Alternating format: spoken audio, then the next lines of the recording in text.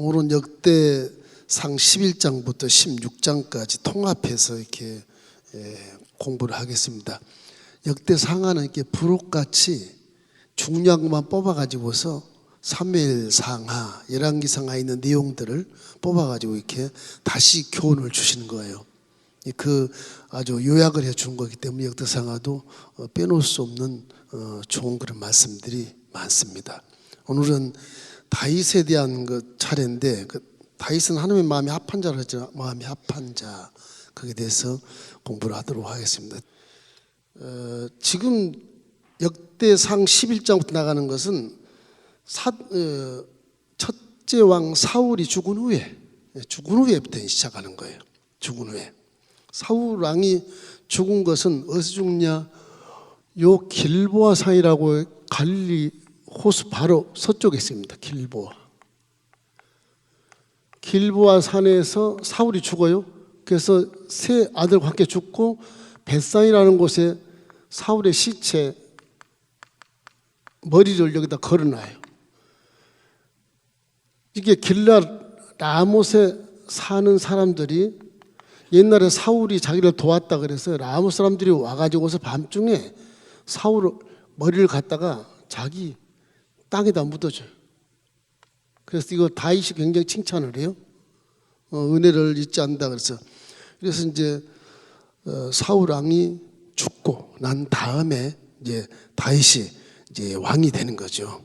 왕이 돼서 어떻게 왕이 되느냐? 사울이 죽으니까 이 북이스라엘, 북왕국이죠. 북왕국, 남왕국 그런데 남유다 그런데 남유다의 다윗이 결국은 이 헤브론에서 왕이 돼요. 여기서 왕이 돼요. 헤브론에. 헤브론입니다. 헤브론에서 왕이 돼요. 그 사울이 죽으니까 이 북쪽에 있는 모든 사람들이 장로와 뭐 지도자들이 다 어디로 오냐? 헤브론으로 와요. 이렇게. 그래서 다윗 밑으로 다 들어와요.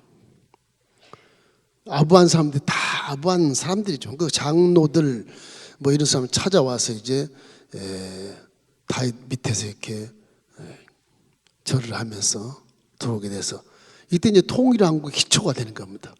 놓아졌던 것이 사울 왕이 죽으니까 힘이 없어 열집하래도 그래서 다윗 쪽으로 와서 통일왕국이 이루어지는 거예요. 통일왕국.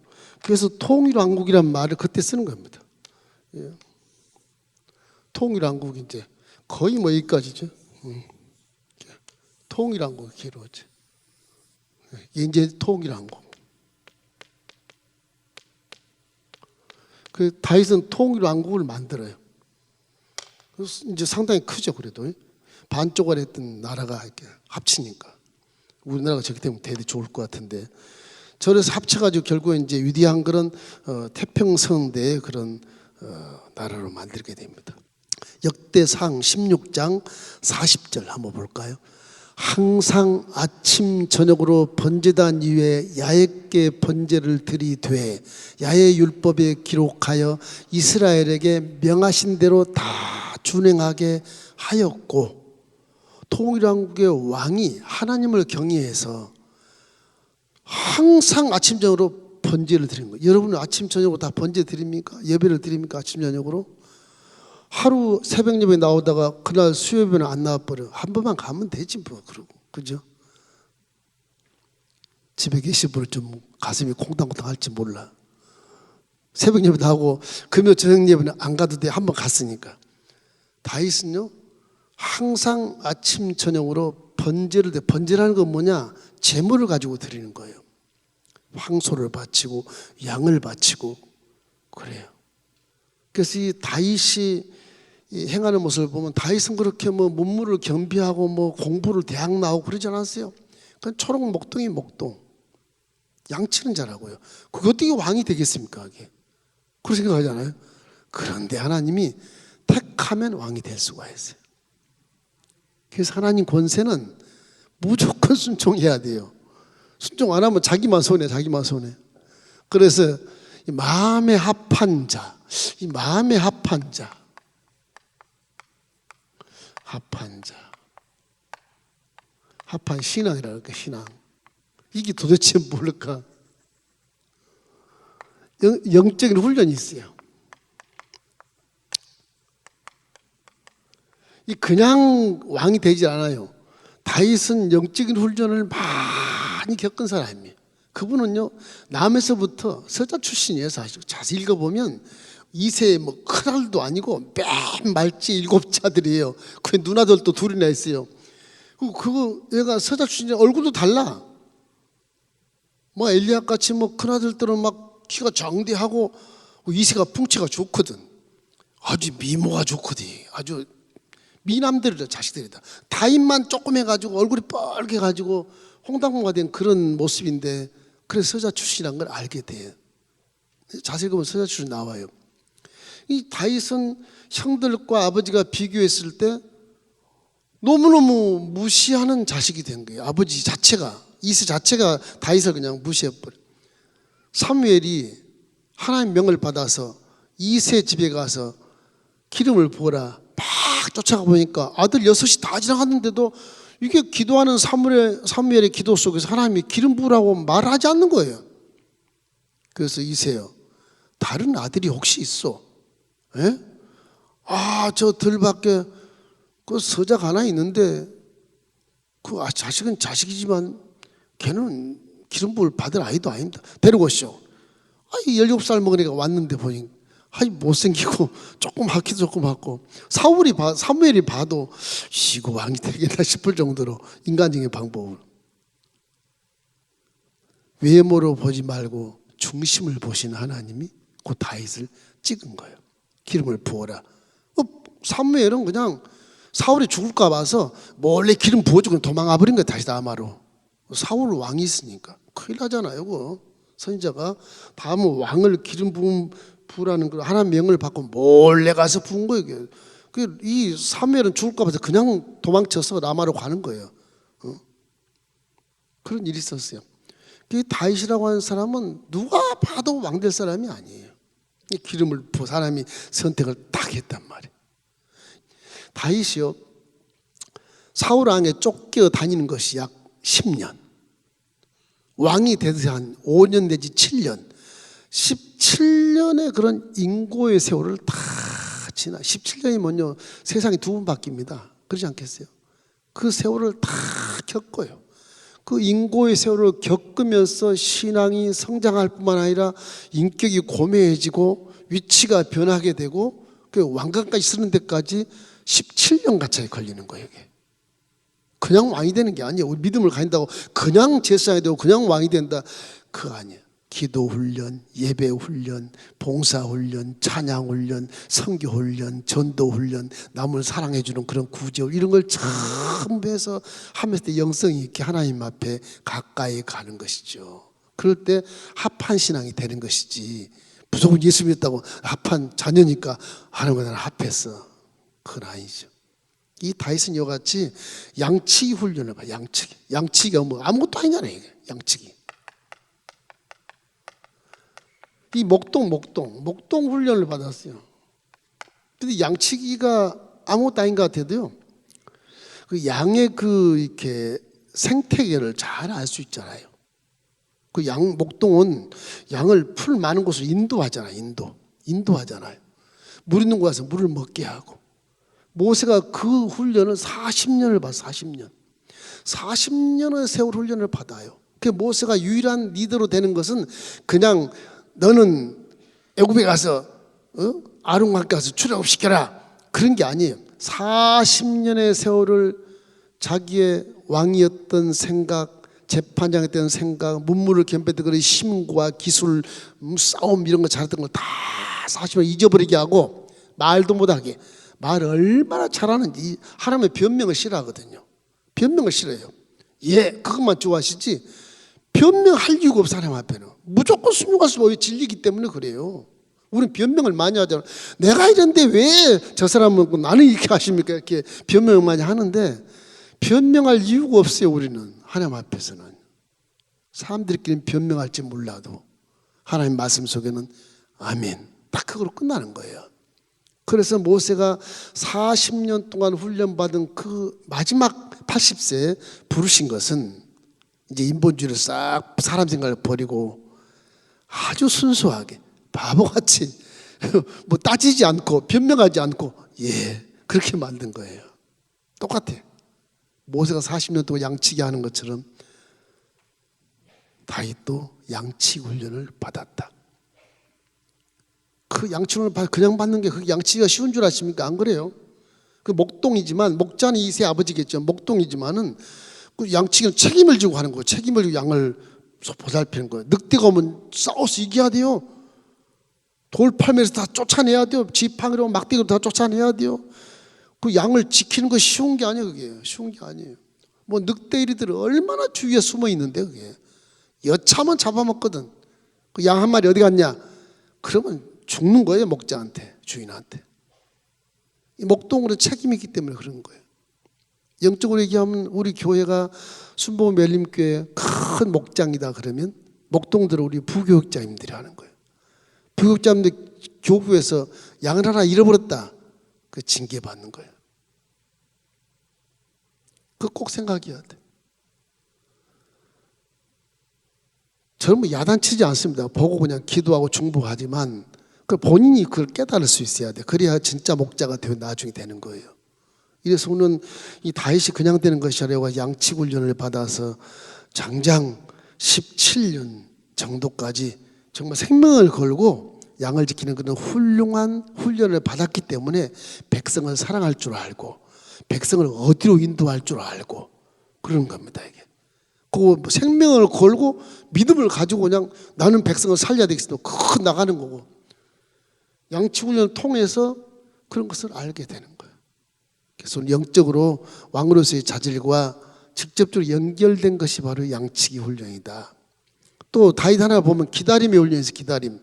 중복이 되겠지만 17년의 기다림, 17년 정도 이 세월이 뭐 망명 도망 다니고 뭐 난리 나죠. 기다립니다. 왕궁에서 이렇게 뭐 문무를 겸비한 것이 아니라 이 광야에서 사울에게 쫓기다니는 그런 신세. 사울을 죽일 뻔한 두 번의 기회가 있었는데 죽이지 마라. 기다리면서 보통 사람 그 사람을 죽이고 왕이 되면 될 텐데 왕이 될 기회가 두 번이나 와요. 사울 죽이면 왕이 되는 거거든. 나중에 죽이니까 왕이 되잖아요. 그런데 다윗 생각하냐? 저분도 하나님이 기름 부었지 않냐? 하나님이 기름 부은 것을 내가 죽이면 어떻게 내가 죄인이지? 안 된다. 안 된다. 그래서 피하는 거예요. 도망가 주는 거예요. 똥이 묻어서 뭐 피하냐? 아시고 도망가 주는 거예요. 그 다윗의 마음이 하나님의 율법에 합당하기 때문에 합한 자라 그런 겁니다. 누구든지 기회가 왔으면 죽였지 그걸. 내가 왕이 되는데 안 죽입니까? 또 부하들이 다윗 왕이여 죽이십시다. 전혀 찬스입니다. 죽이지 그거. 죽이면 왕이 되는데 구태 달 수 있는 거죠. 근데 다윗은 죽이지 말라. 기름 부은 자를 죽일 수 없다. 아주 기가 막힌 그런 신학자도 아닌데 그 생각하는 것은 굉장히 순수한 가운데 하나님이 기름 부은 것을 내가 감히 손댈 수 없다. 그래서 피해 주는 것이네. 피해. 이게 정체성이 굉장히 분명한 사람이에요. 신학은 몰라도 하나님에 대한 진리에 대해서는 100% 순종하는 그런 자였다. 이것이 이제 마음이 합한 자라는 결론이 나오는 거예요.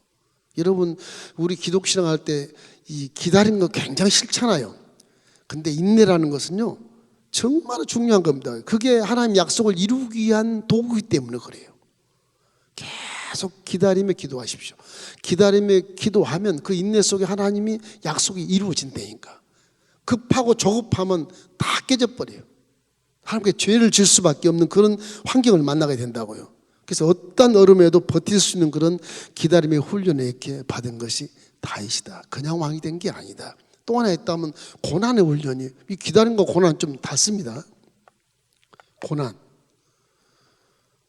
이 고난 속에서 이거 예수 믿기 힘들다 이거. 하나님 믿기 힘들다. 자기가 어떤 그런 원통하고 가난하고 이런 무거운 짐진 자들을 다윗은 장군으로서 다 받아들여요. 그들의 짐까지 짊어질 수 있는 그런 자질을 갖고 있어요. 왜 양들을 키워보니까 양들만 똥도 닦아주고 넘어지면 못 일어나. 뒤집어지면 뒤집어 엎어서 또 풀을 먹여서 좀 살이 빠지게 한다든지 털이 바짝바짝 빛나게 한다든지 털을 다 깎아준다든지 이런 일을 다 목동이 하거든. 목동이 그냥 앉아서 막대기만 들고 치는 게 아니에요. 이게 양의 모든 걸 다 수발 다 해주는, 돌봐주고 케어해주고. 그럼 그런 성품이 백성들을 잘 케어할 수 있는 것을 하나님이 보신 거죠.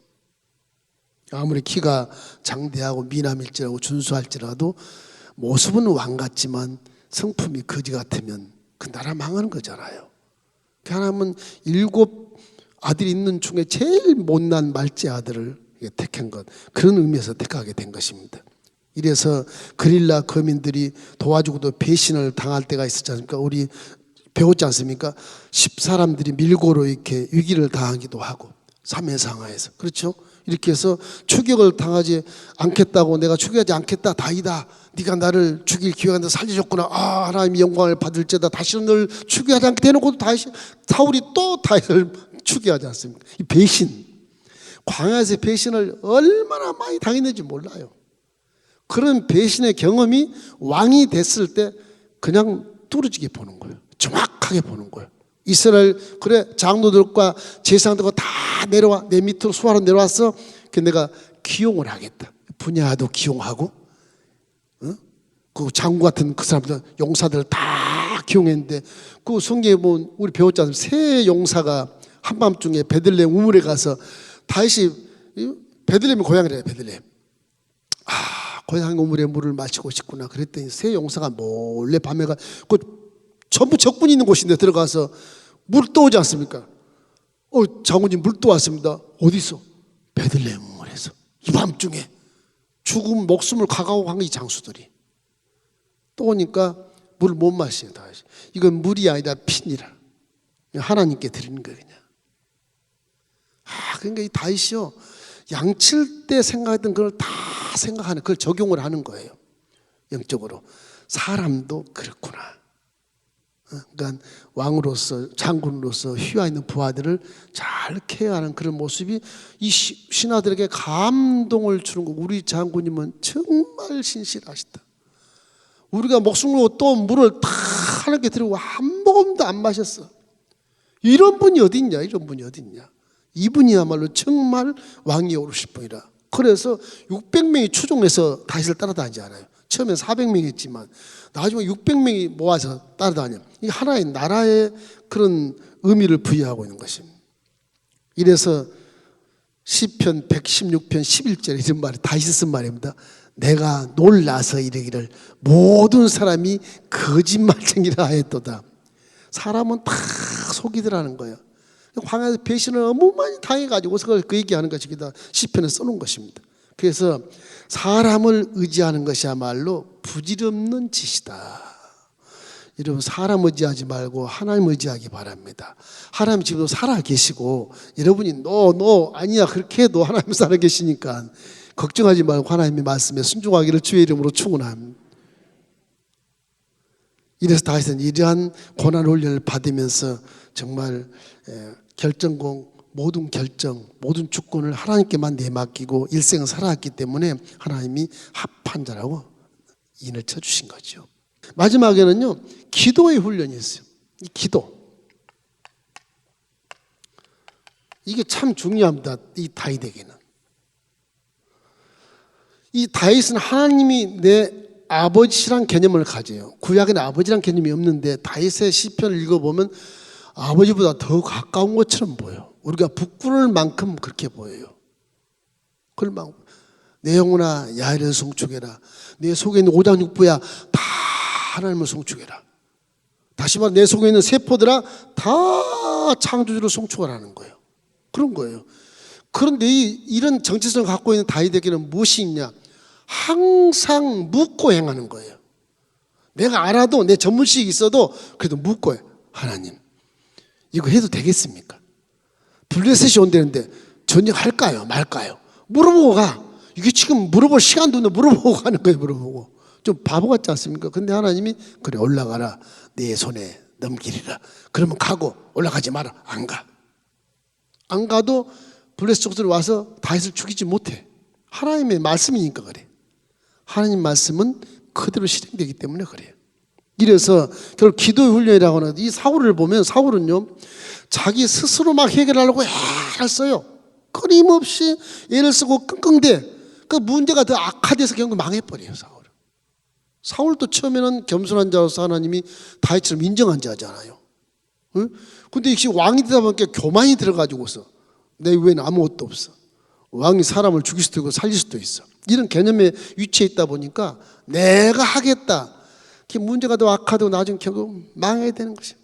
그래서 결국은 자기가 알아서 하겠다면서 어디로 가냐? 하나님한테 안 가고 신접한 여인 무당에게 가. 무당에게 어떻게 해야 좋을지 알아보려고 달려가는 거예요. 그래서 역대상 10장에 보면은 이 지난 장이죠. 10장에 보면 이 사울이 죽은 것은 야훼께 범죄하였기 때문이니라. 죄가 잉태한 즉 사망을 낳잖아요. 욕심이 때문에 죄를 낳고 죄가 자라서 사망을 낳잖아요. 딱 그 말에 일치가 딱 되는 거예요. 그러니까 죄라는 것은 무조건적으로 회개해 버려야 됩니다, 여러분. 다 회개하시기를 주의 이름으로 축원합니다. 자, 이런 사울과 다윗은 어마어마한 차이가 나요. 다윗은요, 이 하나님 입장에서 항상 의뢰인이야, 의뢰인. 변호사한테 가서 네 사건을 좀 변호해 주십시오 하는 것처럼 내 사건에 내가 형량도 적게 받아야 될 것이고 무죄로 풀려나야 되니까 그렇게 하는 것처럼 다윗은 언제나 하나님의 고객이야. 의뢰인으로 가는 거예요. 의뢰인으로. 하나님이 변호하고 하나님이 결정 지어주기 때문에 꼭 변호사를 찾아가는 것 같이 기도를 항상 기도를 하는 거예요. 사무엘하 2장 1절에 보면 우리 했던 거지만 그 후에 다윗이 야훼께 여쭈어 이르되 내가 유다의 한 성읍으로 올라가리이까 야훼께서 이르시되 올라가라. 다윗이 이르되 어디로 가리이까 이르시되 헤브론으로 갈지니라. 주고 세밀하잖아요. 올라갈까요? 올라가려면 가면 되는 거지. 헤브론은 무슨 헤브론? 어디로 갈까요? 자기 생각하는 것이 있을 거라고. 근데 하나님한테 물어보는 거예요. 헤브론 가서 왕이 되잖아요. 그래서 이 기도라고 하는 것은 하나님이 반드시 들으신다. 이 하나님께 의뢰하고 도움을 청하는 것이 최선을 다한 것이라고 믿어요. 다윗은.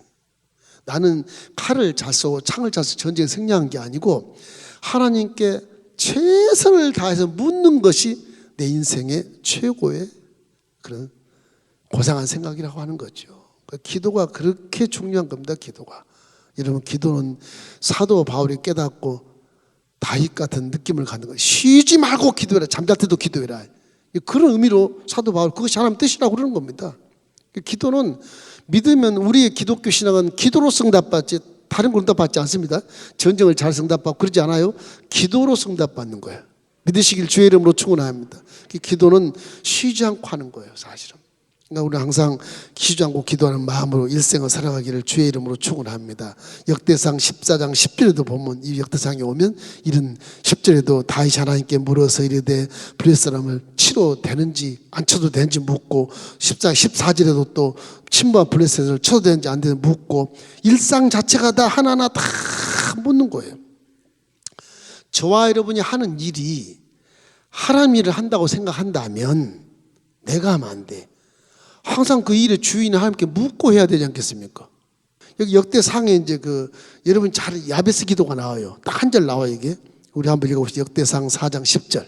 야베스가 이스라엘 하나님께 이르되 주께서 내게 복을 주시려거든 나의 지역을 넓히시고 주의 손으로 나를 도우사 나를 환난에서 벗어나 내게 근심 없게 하옵소서 하였더니 하나님이 그가 구하는 것을 허락하셨더라. 기도를 통해서 근심이 사라지고 지경이 넓혀지는 거예요. 기도 안 하면 없어요. 없어. 우리 기독교 신앙은 기도로 응답받은 기도를 잘한 분이 많이 깨닫고 믿음도 성숙하고 기도를 많이 한 분이 깨달아 죄도 많이 적게 짓고 기도를 많이 한 사람이 복을 받아요. 할렐루야. 하나님 기뻐하시기 때문에 그것이 마음에 합한 신앙으로 자꾸 성장할 수 있는 거예요. 지름길인 것입니다. 기도가 지름길이다. 자, 이래서 이런 여러 가지의 영적인 훈련을 통해서 결국 이것이 마음에 합한 자가 된 것이지 이 훈련이 없으면 합한 자가 안 돼요. 자, 인본주의 보세요. 자, 두 번째 인본주의. 사람 생각이에요. 인본주의가 뭡니까? 그렇게 물어본 분 계신데, 인본주의를 버려야 돼요. 다윗도 인본주의를 한번 행해요. 아직 한 번에 딱 실수입니다. 이게 다윗이. 사울에게 쫓겨다니니까 10년을 쫓아 도망다니잖아요. 죽겠는 거예요. 조그만 땅덩어리, 강호동만 땅덩어리 쫓아다녀봤자 계속 물론 협곡도 있고 동굴도 있고 여러 가지 있지만 피라코도 있지만은 속이 상하는 거예요. 지경무의 10년 이게. 모르겠다. 블레셋으로 망명을 해. 아니 이스라엘 왕이 될 사람이 블레셋으로 망명. 죽게 생겼으니까. 죽겠다. 하나님 율법 좋긴 좋은데 율법대로 사니까 죽을 지경이네. 이거 죽을 지경이네. 언제 하나님이 나를 기름 부은 것을 왕을 삼기다 했는데 언제 왕이 되게 하려고 이렇게 처절하게 고생을 시킬까. 피해도 이제 피할 곳이 없는 거예요. 그러니까 그냥 블레셋 땅으로 가는 거예요. 블레셋 땅이 어디냐? 여기거든요. 블레셋 땅. 여기 블레셋 땅이에요.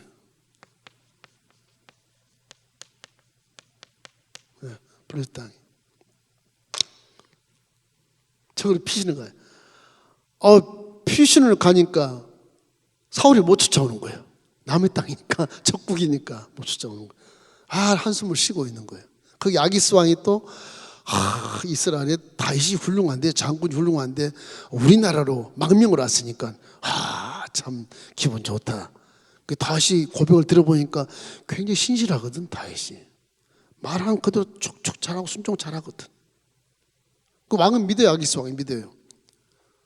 그런데 문제는 뭐냐? 이스라엘하고 이 나라하고 전쟁을 하게 되는 거예요. 전쟁. 이 참 기가 막힌 일이에요. 이 나라하고 이 나라가 전쟁을 하는 거예요. 전쟁을 하는 거예요. 그래서 부딪히게 돼요. 자, 자기 나라 이스라엘 왕이 될 사람이 블레셋 나라로 가서 망명 가가지고 자기 나라하고 싸우는 거예요. 이게 말이 됩니까 이게? 인본주의란 게 그래요. 인본주의가 내 지혜로 피해서 도망갔는데 그 지혜가 자업자득이 돼가지고 황당한 일을 만나는 거예요. 내 민족하고 싸우게 됐어요. 적군으로. 무슨 일이에요 이게? 그러나 그 블레셋 왕의 장수들이 회의를 합니다. 쫙 왕 앞에서 회의하면서 왕이시여, 다윗처럼 데려가 있다가는 돌변해가지고 우리를 칠 수 있으니까 안 됩니다. 그 진언을 하는 거예요. 이게 하나님이 하시는 거예요. 하나님이 기름 부은 왕을 시키려고 기름 부었던 사람을 여기서 죽이겠어요? 주인공인데 못 죽이거든. 이 진퇴양난의 위기는 항상 저 인본주의 때문에 그래요. 저 인본주의를 버려. 정말 감사한 것이 이런 하나님의 긍휼하심이라니까. 이런 사무엘상 29장 4절 우리 옛날에 읽었던 거 한번 읽어봅시다.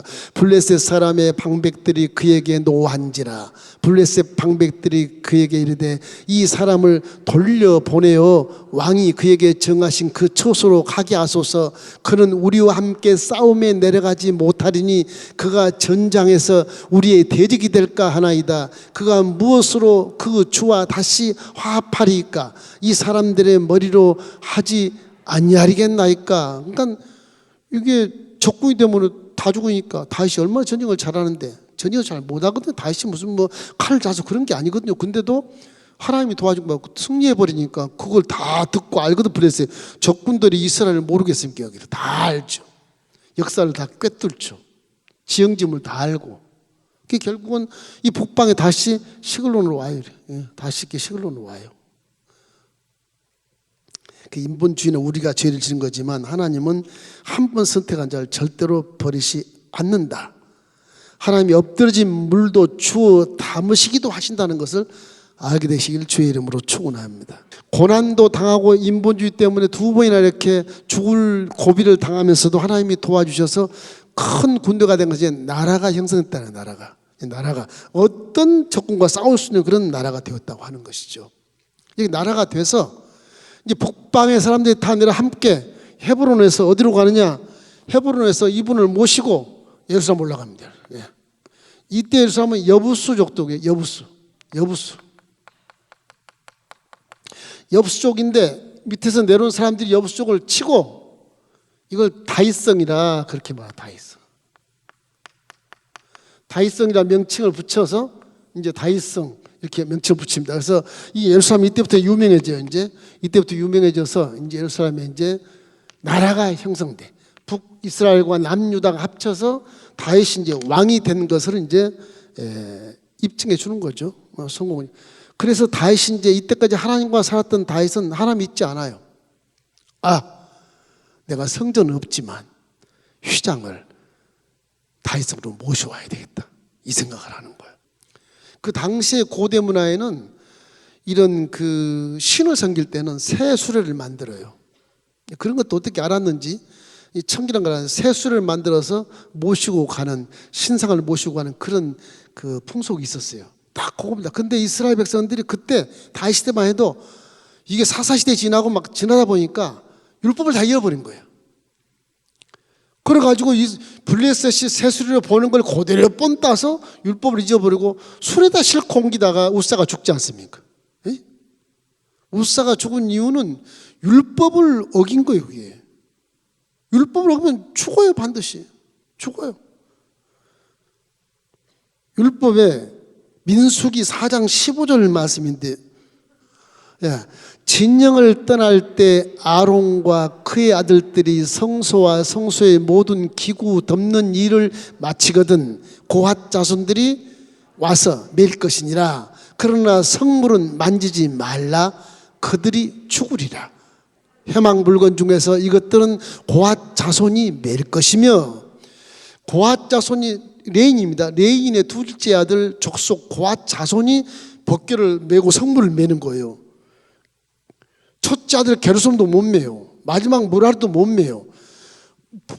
성경 율법이 그렇게 돼 있어요. 모세가 받을 때. 그 고핫 자손 후손이 그걸 어깨에 메고 법궤를 메고 가야 되는데 수레 싣고 가니까 이 기도원 타작마당이라는 게 있는데 기도원 타작마당 뭐냐 그러면 언덕에 이렇게 있어요.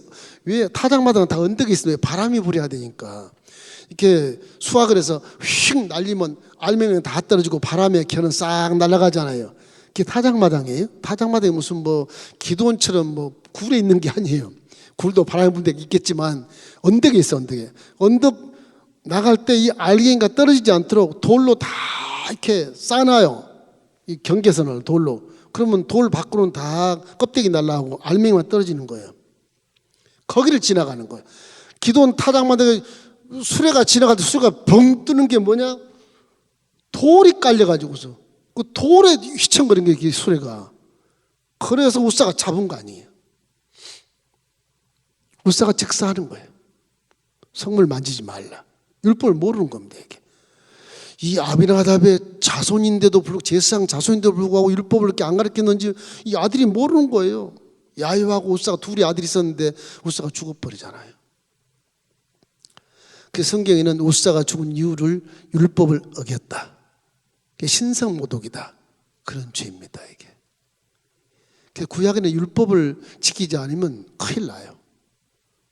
속죄제를 드리고 해야 돼요. 당연히. 근데 우사가 죽었으니 다윗이 중단. 에보데돔의 집으로 보내. 그 석 달간 있는데 다윗이 참 기도하고 느끼는 게 한 20년 있던 아비나답의 집에서는 우사가 죽었는데 오베데돔의 집에 석 달간 있는 차에는 그 오베데돔 집이 복을 받아요. 또 복을 받아. 그게 오베데돔이 율법을 잘 아는가 봐요. 알아서 이렇게 잘 하나님의 법궤를 잘 안치를 하고 케어를 잘해서 그 집이 석 달인데 복을 받아. 그 소식을 다윗이 들어요. 내가 율법을 몰라서 우사를 죽였구나. 그때부터 다윗이 3개월 동안 회개하고 율법에 맞춰서 이제 예루살렘 다윗성으로 법궤를 모시고 와야 되겠다. 그래서 모시고 오게 될 때 아주 휘황찬란한 행사를 벌이게 되는 겁니다. 행사를. 그래서 세 번째는 언약궤를 품으십시오. 말씀, 언약궤는 말씀이거든요. 언약궤를 마음에 품어라. 구약에는 이렇게 돼. 신약에는 언약궤 말씀을 마음에 새겨라, 그런 말씀이에요. 항상 교회는 언약이 있어요. 신약에 와서는 뭐 성령이 항상 계셔요. 성령. 뭐 천사는 뭐 말할 것도 없고, 언약과 성령, 이 말씀과 성령이 계신 곳이 어디냐? 교회. 그런 의미가 되는 거예요. 그죠? 언약을 품으란 말은 말씀을 여러분 마음에 새기라는 것을 하나님이 말씀하신 것입니다. 이래서 다윗의 아주 유일한 실패가 이렇게 국민 통합을 위해서 다시 시도했던 예루살렘 여기로 언약궤를 모시고 오는데 실패를 한 거예요. 그것만 내 다윗성에 모시면 우리나라는 통일한국이 이루어진다. 내가 왕이지만 내 위에 하나님이 계시다. 하나님을 딱 세우고 통치하면 된다. 이런 생각이 맞는 생각이거든요. 그래서 실패하게 돼요. 뭘 몰라서? 율법을 몰라서. 그래서 이 율법을 따라야 한다고 하는 거예요. 그럼 우리도 말씀을 믿음으로 이 말씀을 믿고 기도해야 좋은 것이다. 이래서 이 참 다윗이 성전을 옮길 때 와, 이거 그럼 어떻게 해야지? 3개월간 고민하면서 이제 율법에 맞춰서 율법 에돔을 불러다가 거기에 제사장을 세우고 이렇게 해서 율법을 잘 아는 사람을 불러서 이렇게 해서 결국은 언약궤를 다윗성으로 옮기게 되는 것입니다. 자, 옮기게 될 때 얼마나 멋있게 옮기냐 보십시오. 네 지파 어른들과 형제들이 성가대로 딱 서요. 네 지파는 구약부터 시작해서 언약궤 주위에 동서남북으로 쫙 둘러서요. 그럼 12지파가 뒤에 다 세 지파씩 이렇게 동서남북으로 서요. 그럼 또 율법에 맞게 네 지파의 어른과 이런 장로들이 다 성가대로서 세마포를 하얗게 입고 성가대로 둘러치는 것입니다. 그리고 비파와 수금과 재금으로 찬양할 수 있도록 소리를 크게 내는 거예요. 찬양하면서 수금과 비파는. 우리도 이 정도 되면 오케스트라가 서야 되는데 은사가 있는 분들이 많지 않아서 그런지 광고를 해도 오케스트라 안 만들어지니까 제가 무슨 뜻인가 지금도 기도하고 있지만 오케스트라가 서면 더 좋습니다. 송아지 7마리, 수양 7마리를 번제를 드려요. 제사를 드려요. 제사를 드린다고. 옮길 때마다 제사를 드려요. 그 장로들과 천부장들이 언약궤를 즐거이 메고 오벳 에돔의 집에서 올라와요. 다윗은 어떻게 하냐? 에봇을 입어요. 그래서 다윗이 왕이었지만 대제사장의 에봇을 입습니다. 이 다윗이 어떤 기도를 해서 이것을 에봇을 입었는지 모르겠어요. 너는 제사장이라 그런 말 한 적이 없거든 다윗에게. 다윗은 구약의 이 마음이 합한 자로서의 제사장입니다. 이게. 그래서 왕도 되고 다윗은 기도를 하도 많이 해서 예언을 받고 하기도 선지자도 되고 에봇을 보기 때문에 제사장도 된다. 인류 역사에 선지자, 왕, 제사장 직분을 함께 가진 자는 다윗밖에 없습니다. 그래서 기회를 안치하고 제사를 드리고 감사 찬양을 드리는 모습이 이제 시편에서 나와. 시편 106편 1절 우리 함께 읽겠습니다. 할렐루야. 야훼께 감사라. 그는 선하시며 그 인자심이 영원함이로다. 시편 98편 4절에 이런 말씀이 있습니다. 온 땅이여 야훼께 즐거이 소리실지어다. 소리내어 즐겁게 노래하며 찬송할지어다. 그래서 다윗 왕이 이제 왕이 돼서 다 하나님 모시고 이제 통일한국을 통치하는 겁니다. 다윗이 정말 있을 동안은 완전히 태평성대를 이룬 거예요. 태평성대를. 그 다음에 솔로몬을 받아서 결국에 이제 다윗이 성전 지으려고 하나님께 간구했는데 짓지 마라 그래서 못 짓고 준비 다 해놓고 다음 장부터는 솔로몬이 성전을 짓게 됩니다. 이제 이런 스토리가 되어 있어요. 이래서 이 후대에 이스라엘이 망합니다. 망해서 예루살렘 성전도 파괴되고 나라도 잃고 70년 동안 포로로 가지 않습니까? 이제 말라기 후에 쭉 포로로 가요. 그래서 근데 이 사람들이 바벨론 포로, 바벨론이 여기 있잖아요. 유프라데스 강 밑에 터키에서 흐르는 강이 이렇게 있는데 티그리스 강하고 거기 바벨론에서 이제 포로로 잡혀가지고서 무엇 때문에 신앙해봤더냐 그러면 언약 때문에 신앙해봤대요. 언약. 이 언약책도 가지고 갔지 않는데 언약을 잘하는 그 문학자들이 학문자들이 가서 그 언약책을 기록을 해요. 이제 우리는 이 말씀 언약이 고린도서 3장 3절에 보면 아주 기가 막힌 말씀이 있어요. 너희는 우리로 말미암아 나타난 그리스도의 편지니 이는 먹으로 쓴 것이 아니요 오직 살아 계신 하나님의 영으로 쓴 것이며 또 돌판에 쓴 것이 아니요 오직 육의 마음판에 쓴 것이니라. 그래서 이제 자녀 삼은 우리에게 육의 마음판에 말씀을 새기게 하시는 거죠. 그래서 디모데후서 보면 3장 16절에 성경은 하나님의 감동으로 된 것으로 나와요. 감동으로. 그래서 우리 마음판에 새겨지게 되는 거예요. 이런 스토리를 통해서 신약시대 우리가 지금 이 말씀을 믿고 살아가므로 증거가 있고 근거가 있으니까 이 말씀을 반드시 믿으면 영혼이 잘 되고 가정과 사고가 직장생활 잘 되고 범사에 감사하고 강건해진다는 것을 확실히 믿기를 주의 이름으로 축원합니다.